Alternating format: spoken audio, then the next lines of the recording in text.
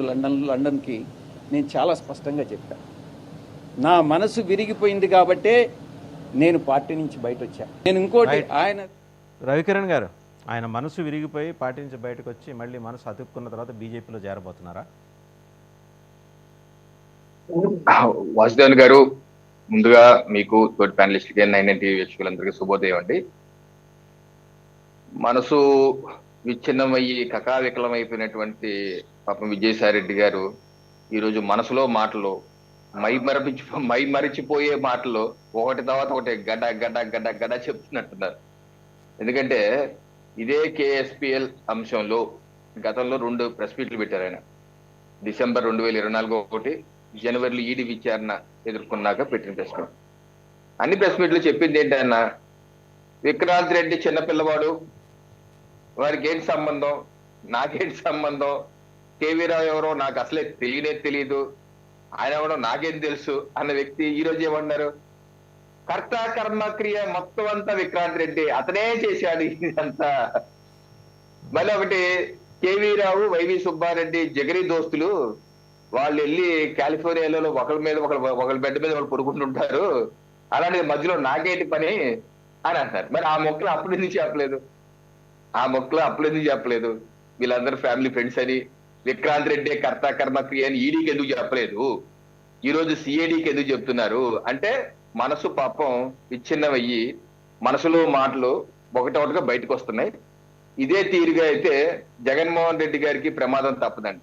ఎందుకంటే విజయసాయి రెడ్డి గారి ప్రాబ్లం ఏంటి, జగన్మోహన్ రెడ్డి గారి అన్ని అవినీతి కేసుల్లో నిన్న కూడా చెప్పాడు ఆయన, సిబిఐ ఈడీ కేసులు 20 ఉన్నాయి, 21 అన్నారు లెక్క చెప్పారు ఆయన. అన్నిటిలో ఆయన A2గా ఉన్నారు. అలాగే వైసీపీ పార్టీలో కూడా నెంబర్ 2గా ఉన్నారు. ఇప్పుడు జగన్మోహన్ రెడ్డి గారు ముఖ్యమంత్రి అయ్యాక 5 ఏళ్ల తర్వాత ఆయన పరిస్థితి ఏంటంటే, ఇప్పటికీ కేసుల్లో A2గా, కొత్త కేసుల్లో A2గా ఉన్నారు, కానీ పార్టీలో నెంబర్ 2గా నేను లేను అంటే, నన్ను వాడుకొని కేసులు అయితే పెట్టి పార్టీలోని నెంబర్ 2 మాత్రం నన్ను పీకేశారు. అందుకనే నా మనస్సు గాయపడింది. ఆ స్థానాన్ని సజ్జల రామకృష్ణారెడ్డి గారు, లేకపోతే వైవి సుబ్బారెడ్డి గారు, పెద్దిరెడ్డి రామచంద్రరెడ్డి గారు, లేదా పెద్దిరెడ్డి మిథున్ రెడ్డి గారు, ఈ 4 మధ్య తిరుగుతుంది.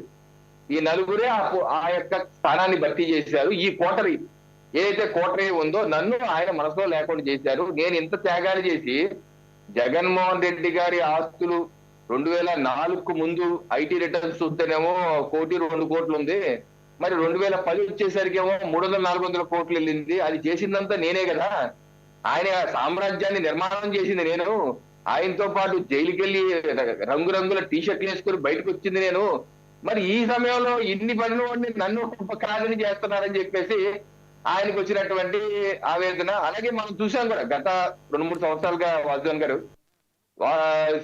విజయసాయి రెడ్డి గారికి అయితే ఆ పార్టీలో ఉన్న ప్రాధాన్యత తగ్గిపోయింది. ఎందుకంటే ఉత్తరాంధ్ర ఇన్ఛార్జ్ అన్నారు, కాసేపు సోషల్ మీడియా ఇన్ఛార్జ్ అన్నారు, కాసేపు ఇంకోటి ఏదో ఇన్ఛార్జ్ అన్నారు, కొన్ని నెలల పాటు దూరంగా సైలెంట్ గా కూడా ఉన్నారు. ఆయన రాజ్యసభ ఇస్తారో లేదో డౌట్, ఫైనల్ గా ఇచ్చారు. సో మనం కూడా చూసాం, పబ్లిక్ గా గమనించే వాళ్ళకి కూడా ఆయనకి ఆ పార్టీలో పాత్ర తగ్గిపోతుంది, ఇది ఆయనకి ఇబ్బంది అవుతుంది అని అర్థమైంది. ఫైనల్ గా కూడా ఇప్పుడు ఆయన బరస్ట్ అయిపోయారు.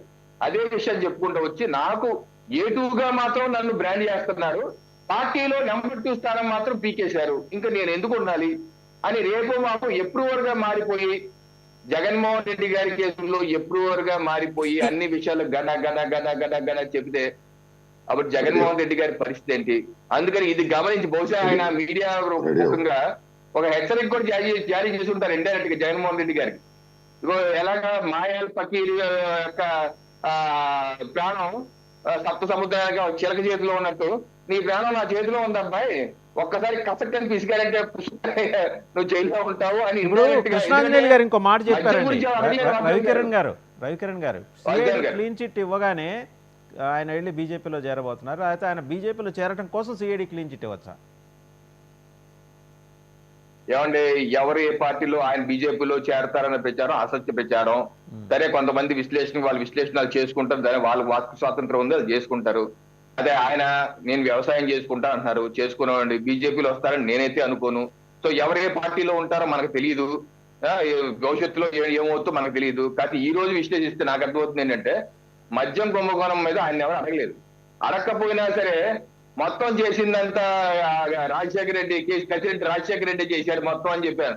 అంటే ఈ రోజు ఆయన దగ్గర చెప్తున్నాడు, మీరు నన్ను అడగండి నేను అన్ని చెప్తాను, ఐఎమ్ రెడీ టు ఓపెన్ అన్ని చెప్పేస్తా అన్నాడు.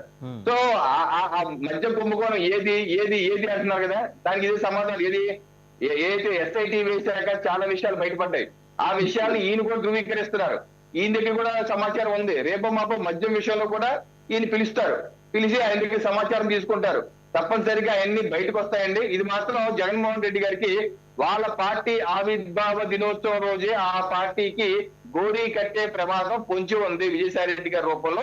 ఎందుకంటే ఆయన మనసు విరిగిపోయింది, ప్రేమ చచ్చిపోయిన ప్రేమ ఒకసారి చూడండి. విజయసాయి రెడ్డి గారి కాదు, తల్లిని పంపించేశారు బయటికి, చెల్లి మనసు విరిగిపోయి బయటికి వెళ్ళిపోయింది, ఇంకో చెల్లి కూడా మనసు విరిగిపోయి బయటికి వెళ్ళిపోయింది. అలాగే ఒంగోలు బాల్య శ్రీనివాస్ రెడ్డి మనసు విరిగి వెళ్ళిపోయారు. ఎంతమంది మనసులు గాయపరిచేసి జగన్మోహన్ రెడ్డి ఏం పోగలాడతారో ఏంటో నాకు అర్థంగా, అతనికి కావాల్సిన మధ్య దూరం అయిపోయారు. ఇది ఆయన